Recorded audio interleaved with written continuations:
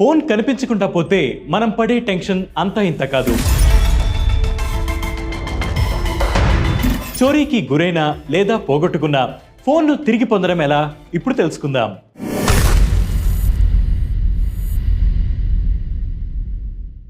ఈ రోజుల్లో మనకు ప్రపంచానికి మధ్య సంబంధాలు తెగిపోవడానికి యుద్ధాలు జరగవలసిన పని లేదు. మన దగ్గరున్న ఫోన్ కాసేపు కనిపించకుండా పోతే చాలు, ఇక ప్రపంచంతో మనకు సంబంధం తెగిపోయినట్లే. ఆఫీస్కు త్వరగా చేరుకోవాలన్న ఆత్రంలో అందరం ఇంటి నుంచి బయలుదేరతాం. తీరా దారిలో ఉండే విపరీతమైన ట్రాఫిక్ హడావిడిలో కొన్ని సందర్భాల్లో జేబులో ఉన్న ఫోన్ కింద పడిపోతూ ఉంటుంది. ఆఫీస్కు వెళ్లి చూసుకుంటే జేబులో ఫోన్ ఉండదు. ఇంకో సందర్భంలో రాత్రి ఇంటికి వెళ్తుంటే ఏదో ఫోన్ వచ్చింది కదా అని చెప్పి బైక్ ను పక్క కాపి ఫోన్ మాట్లాడుతుండగా ఆగంతుకులు వచ్చి ఫోన్ ని లాక్కొని పారిపోతూ ఉంటారు. ఇలాంటి సందర్భాల్లో మన దగ్గరున్న ఫోన్లు ఇక కనిపించకపోయేసరికి దిక్కుతోచని పరిస్థితి. మన ఫోన్లో ఉన్న డేటా ఏమవుతుందో అన్న ఆందోళన, దాంతో ఆగంతకులు ఎలాంటి నేరాలకు పాల్పడతారో అన్న భయం, అదంతా మన జీవితంలోని ఆలోచనలకి మన మొబైల్ ఫోన్ కారణమనడంలో అతిశయోక్తి లేదు. మరి పోగొట్టుకున్న లేదా చోరీకి గురైన మన ఫోన్ను తిరిగి పొందాలంటే ఏం చేయాలి?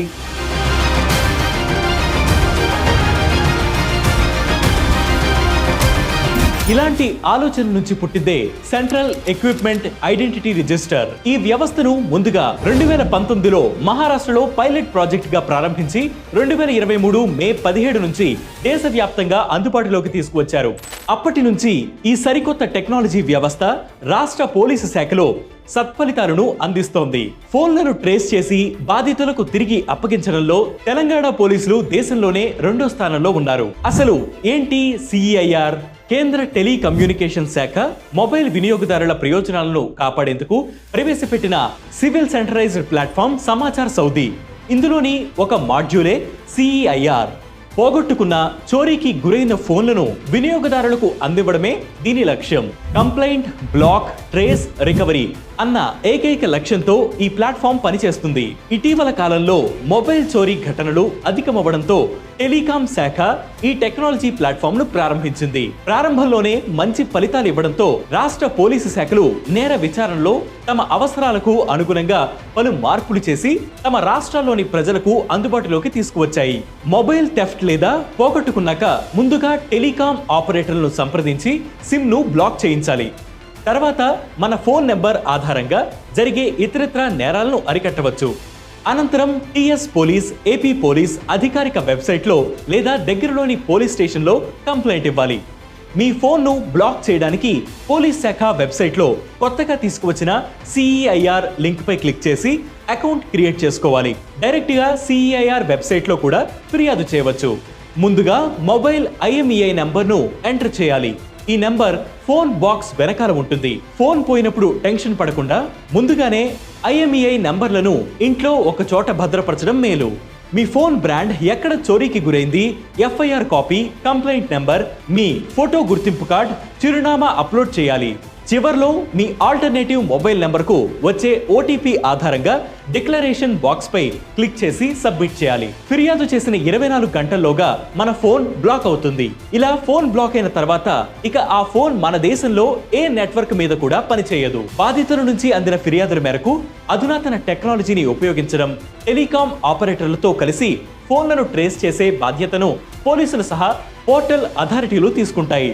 చోరీకి గురైన ఫోన్లలో ఇతరులు ఏమైనా సిమ్ ఇన్సర్ట్ చేయడానికి ప్రయత్నిస్తే CEIR ద్వారా పోలీసులకు అలర్ట్ వెళ్తుంది.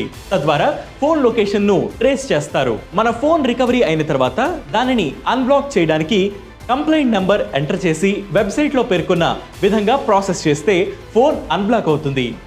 ఇలా ఫోన్ పోగొట్టుకున్న, చోరీకి గురైనప్పుడు ఆందోళన పడకుండా CEIR ను ఉపయోగించి మన ఫోన్ను బ్లాక్ చేసుకోవచ్చు. రికవరీ అయిన తర్వాత అన్బ్లాక్ చేసుకోవచ్చు. ఇలా తెలంగాణ పోలీసులు గత 7 నెలల కాలంలో 21,000కు పైగా ఫోన్లను రికవరీ చేసి బాధితులకు తిరిగి అప్పగించారు. CEIR పోర్టల్ ప్రకారం ఇప్పటిదాకా దేశంలో 19 లక్షల వరకు మొబైల్ ఫోన్లను బ్లాక్ చేశారు. ఇందులో ఆంధ్రప్రదేశ్లో 57,347 ఫోన్లను బ్లాక్ చేయగా ఫిర్యాదు అందిన ఫోన్లలో 32,841 ఫోన్లను ట్రేస్ చేశారు. ఇందులో 10,421 ఫోన్లను రికవరీ చేసి బాధితులకు అప్పగించారు. ఇక తెలంగాణలో ఇప్పటిదాకా 2.05 లక్షల ఫోన్లను బ్లాక్ చేశారు. ఇందులో 1.07 లక్షల ఫోన్లను ట్రేస్ చేయగలిగారు. 38,145 ఫోన్లను రికవరీ చేయగలిగారు. ఏపీలో బ్లాక్ చేసిన ఫోన్ల సంఖ్యలో ట్రేస్ చేసిన వాటి సంఖ్య 57%గా ఉంది. అదే తెలంగాణలో 52% ఉంది. ఇక 2 తెలుగు రాష్ట్రాల్లో బ్లాక్ చేసిన ఫోన్ల సంఖ్యలో రికవరీ చేసిన ఫోన్లు 20%కి మించి లేకపోవడం